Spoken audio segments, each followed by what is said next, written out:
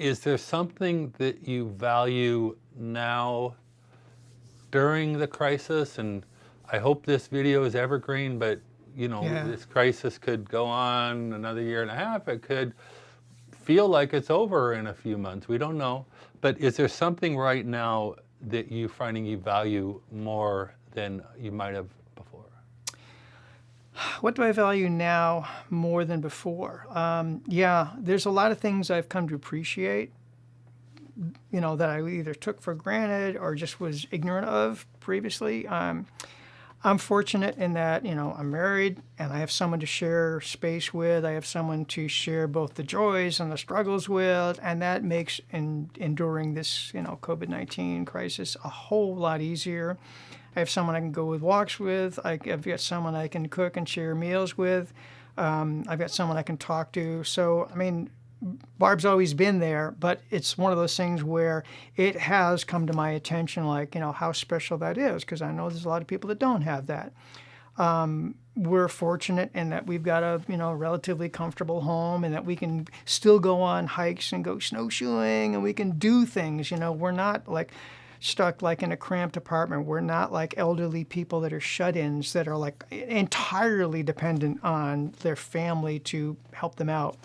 We're in good health. I mean, I've always appreciated being in good health, but now I think I'm hypersensitive to that because, your health is like a very critical thing at this time. You can become very vulnerable. I also really value not being stressed because stress weakens your immune system and that makes you more vulnerable. And I've kind of sort of appreciated like, yeah, as much as I want to get back to work, not having deadlines, and a few of my clients are a little bit micromanagers, and they can really get on my nerves at times. It's kind of nice to sort of have this like lax time, and be very unstressed about that. So that's just kind of an interesting benefit and I don't really want it to last, but it's actually helping get through this time. I enjoy having this extra bandwidth of time to, learn animation, catch up on a lot of reading, do some binge watching, have time to, like if I want to go for a hike in the middle of the week, I can now do it and not feel guilty.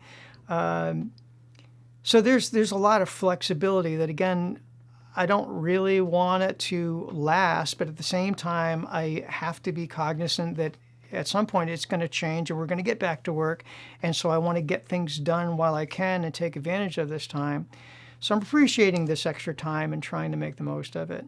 I'm also cautiously optimistic that people are going to look at the data of what changes are happening to the environment. The cleaner air, the cleaner water, less noise, blah, blah, blah.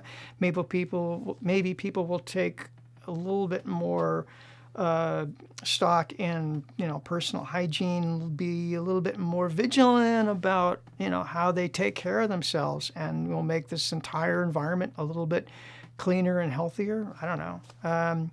Maybe we'll start caring about the homeless because they're human Hey, beings. what a concept. Yeah. I mean, they're probably in a very, very vulnerable situation because even if they want, I mean, assuming that they want to be vigilant and careful about their health, they're not in an environment that's as easy to control. They don't have the resources.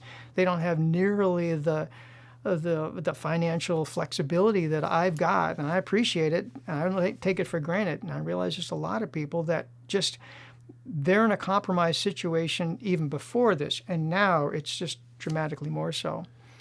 So I think again, this is a moment in time in our history that much like 9/11, we're going to look back on this and things will change going forward.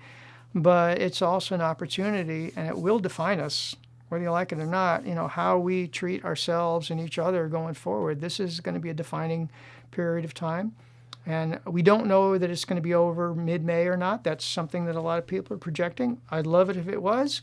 It may take longer. There's certain things that I had planned, in August and September that I'm really hoping are done so that I can travel, even as early as July. But, that may change too.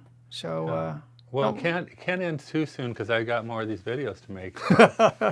well, the thing is, you've got time. You've got 7 days a week of like, Well, I wanted to add, I do live alone. It does kind of suck, you know, and it's not quite cramped, but it's not a roomy apartment. This video series, I think, is a way to combat that. I also go on a daily walk or a bike ride while practicing social distancing and now wearing a mask. But I love it. I'm here in Fremont. So that's special, but definitely there's anxiety going on. I don't love that. It is a rare opportunity to look inward and think yeah. about the things about myself, which I don't like. Sometimes, you know, we're all kind of selfish. Like, how can I work on my own selfishness and not project that into other people and, you know, poison relationships? Well, the term selfish has a certain amount of baggage that sometimes is unfair. I mean, selfish literally means, being self-serving. And at a time like this, we have to think about self-preservation. We have to think about what our actions do, not only to others, but also to ourselves. And so, by extension of that, I mean, that could be deemed selfish as well. I mean, I get what you're saying. I think that we are all, there's a great opportunity for self-reflection. And hey, why not? When we have all the other distractions of, like, for me, it was going out and eating probably more often than I should, going out and seeing movies or just doing whatever. Like, those are entertaining, but, as far as adding to the richness of my life, maybe not so much. So now I'm forced to omit those and replace them with other things. And I can honestly say I think I've replaced them with a lot more rewarding components of activity, as well as some self-reflection. And I think that that's all really, this is like a time that's going to define a lot of people. And I don't mean to belittle people that aren't taking advantage of that opportunity. I see a lot of frustrated people, and there's a lot of, like, political division that existed way before this, that this is certainly not helping. But I'm also thinking that because of this situation, it's going to raise some facts and data and some conversation and controversy that will indirectly or directly, create some self-reflection. And, you can debate facts and fake news, to the end of time. But when somebody, dies of the coronavirus, that's no longer fake news. And I think, I know of a couple cases, and it's real, And I think that, everybody has to kind of experience this in their own way. And I think that there is a lot of self-reflection that is going on, whether it's like something you consciously choose to meditate on and really think about and do deep soul searching. Some people are wired that way, some people are not, and they're just experiencing it. And hopefully whatever we all experience, we all come out of this a little bit better and not too terribly scathed by all of this. It's a tough time, but I'm optimistic that we'll get through this. Hopefully, 2-3 months out, we'll be in a much better place than we are right now. The main thing is to sort of, stay vigilant with being safe and, proper social distancing, and don't be stressed. It doesn't do any good. Last question is, what are you most excited about doing or being able to do once the crisis is over?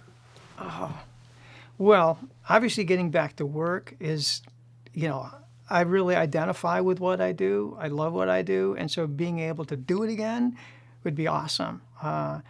But even though I'm not the most gregarious person, being able to get out and see family and friends again right now more than ever would be really, really great.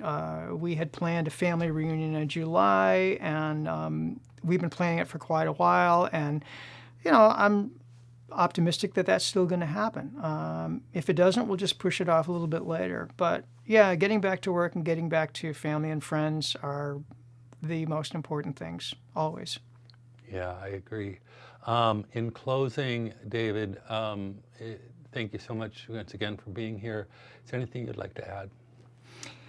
No, other than just stay positive and stay safe and stay healthy. Know that this is an opportunity to make change for the better. And we have to deal with what's going on. But I think people fighting over it, I don't see that reaching good conclusions. So I think a positive outlook, cool heads will prevail, and I think that we'll get through this. Thanks so much. Yeah, thanks, Mike. All right, cutting.